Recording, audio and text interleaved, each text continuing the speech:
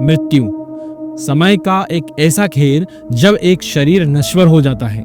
एक इंसान कुछ ही पलों में हमारी जिंदगी से चला जाता है और पीछे छोड़ जाता है अपना परिवार, अपने धन दौलत, अपनी जायदाद, सब कुछ।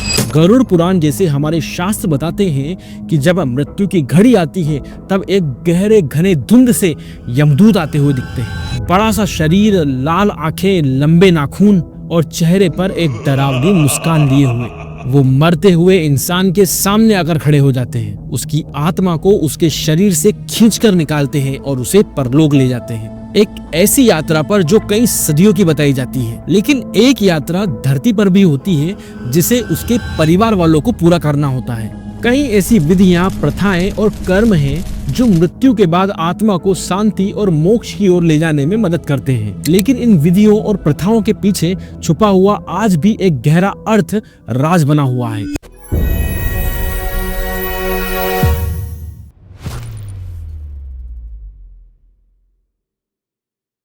कहते हैं जैसे ही यमदूत शरीर से किसी आत्मा को निकालने लगते हैं, वो तड़पती है और वो रोने लगती है, और ऐसे ही रोते बिलखते हुए वो अपने शरीर में वापस जाने के लिए प्रयास करती है। लेकिन यमदूत उसे अपने चाबुक से खींचते हुए चले जाते हैं। और तो और माना जाता है कि उस समय उस मरते हुए शरीर के आसपास कुछ काले साए मंडराते रहते हैं। ये वो आत्माएं होती हैं जो मृत्यु और यमलोक के बीच अटकी हुई होती हैं और एक नए शरीर की तलाश में होती हैं। इसीलिए गरुड़ पुराण में कहा गया है कि किसी मृत शरीर को किसी भी स्थिति में अकेले नहीं छोड़ना चाहिए, और मृत्यु होते ही विधि पूर्वक कुछ ऐसे कार्य होते हैं जिन्हें उसी समय पूरा करना चाहिए। सबसे पहले मृत शरीर को नहलाकर नए कपड़े पहनाए जाते हैं। उसके बाद उसके नाक और कान में रुई लगाई जाती है। उसके दोनों पैरों के अंगूठों को एक साथ बांध दिया जाता है और मुंह में तुलसी का पत्ता रखा जाता है। ये सब इसलिए किया जाता है ताकि शरीर की शुद्धि हो और कोई भी आत्मा किसी छिद्र से वापस नहीं घुस पाए।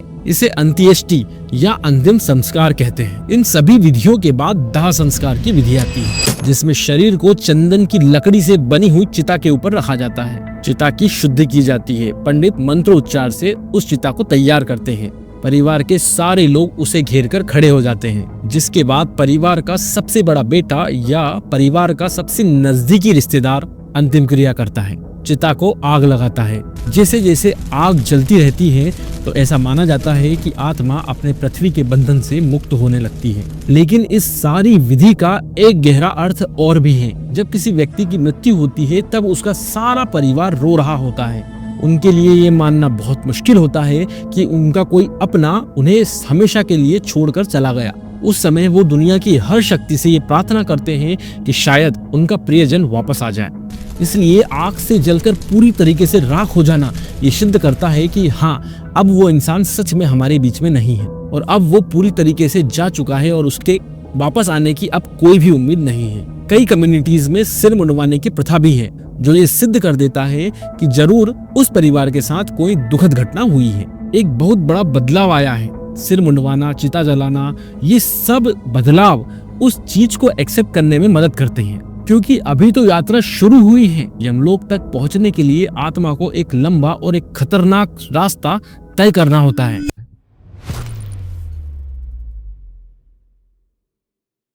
एक धीमी कांपती हुई आवाज में एक आत्मा चीखती है। उस आत्मा ने अभी अभी अपना शरीर छोड़ा है और वो आत्मा यमदूतों के साथ यमलोक की तरफ जा रही होती है। वहाँ चित्रगुप्त उसके कर्मों का हिसाब लिए हुए बैठे हैं। मेरे साथ ऐसे क्यों कर रहे हो? मुझे जाने दो, मुझे अपने घर वापस जाना है। दर्द से चीखती हुई वो आत्मा समझ नहीं पाती है कि मेरे साथ आखिर ऐसा क्यों हो रहा है। वो समझ नहीं पाती कि उसके शरीर की मृत्यु हो चुकी है। लेकिन उस आत्मा के साथ चल रहे यमदूत उसको कोड़े मार मार कर याद दिलाते हैं कि उसका अब कोई घर नहीं है, उसे सहारा देने वाला अब कोई नहीं है सिवाय उसके अपने परिवार के। कहते हैं यमलोक के रास्ते में कई खतरनाक और डरावने मोड़ आते हैं, जिनका सामना उस आत्मा को अकेले ही करना पड़ता है। इसमें सबसे खतरनाक पहलू माना जाता है वैतरणी नदी को, एक खून से भरी हुई नदी जिसे पार करने के बाद ही आत्मा यमलोक तक पहुंच सकती है। माना जाता है कि नदी को पार करने में आत्मा को 13 दिन का समय लगता है और 13वें दिन तक उसको कुछ भी खिलाया पिलाया नहीं जाता। बिना खाना और पानी के आत्मा दिन ब दिन कमजोर होने लगती है और अपनी शक्ति खोने लगती है। कई बार कमजोरी की वजह से वो आगे तक का रास्ता पूरा ही नहीं कर पाती है और कभी कभी वो यहीं अटक जाती है।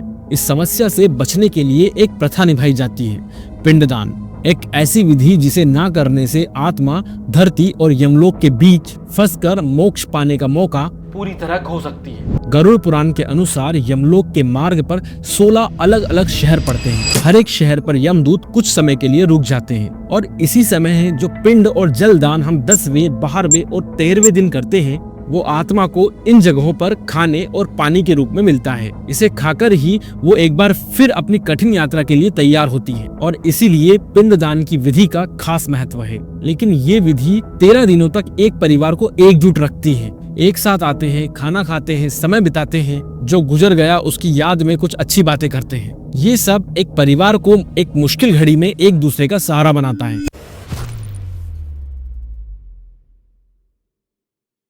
महाभारत से जुड़ी एक कहानी के अनुसार सागर नाम का एक बहुत ही ताकतवर राजा हुआ करता था, जिसके 60,000 पुत्र थे। युद्ध और राज्य में अपना वर्चस्व साबित करने के बाद एक बार उस राजा ने 100 अश्वमेध यज्ञ करने का फैसला लिया। अश्वमेध यज्ञ एक ऐसा यज्ञ होता था जिसमें अश्व मतलब कि घोड़े की बलि दी जाती थी और इसे पूरा कर राजा महाराजा अपने राज्य में अपनी ताकत जमाते थे। स्कंद पुराण के अनुसार जो भी राजा 100 अश्वमेध यज्ञ पूरा करता वो इंद्र का पद ले सकता था। इसीलिए जैसे ही राजा के 99 यज्ञ पूरे हुए, इंद्र ने छल से 100वें यज्ञ का घोड़ा चुरा कर कपिल मुनि के घर में छुपा दिया। जैसे ही राजा को इस बात का पता चला तो राजा के पुत्र उस घोड़े को मारने के लिए वहां पर पहुंचे, लेकिन कपिल मुनि ने गुस्से में आकर उन सभी को उसी जगह पर भस्म कर दिया। समय से पहले मृत्यु हो जाने के कारण उन सभी की आत्माएं दर्द से वहीं पर भटकने लगी।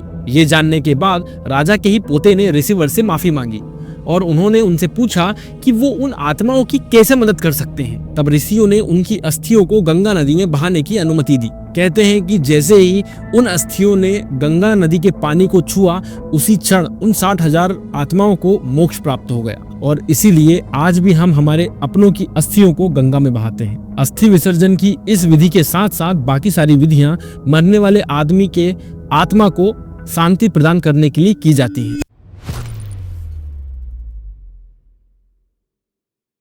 यही हमारे सनातन धर्म की गहराई है, जहां मृत्यु जीवन का अंत नहीं, एक नए जीवन की शुरुआत को दर्शाती है। धरती से यमलोक तक का सफर या तो आत्मा को मोक्ष प्रदान करवा देता है या फिर नया जन्म लेके वापस इस धरती पर लेकर आता है। और इस यात्रा को आसान बनाने के लिए हमारे धर्म ग्रंथों में इन सारी विधियों का महत्व बताया हुआ है। आप लोगों का इस बारे में क्या विचार है, मुझे कमेंट करके जरूर बताएं। अगर वीडियो पसंद आया तो इसे लाइक कीजिए और चैनल को सब्सक्राइब कीजिए। और हाँ, सामने आ रहे इस वीडियो को क्लिक करके जरूर देखें। मैं आपसे वहीं मिलूंगा। तब तक के लिए धन्यवाद।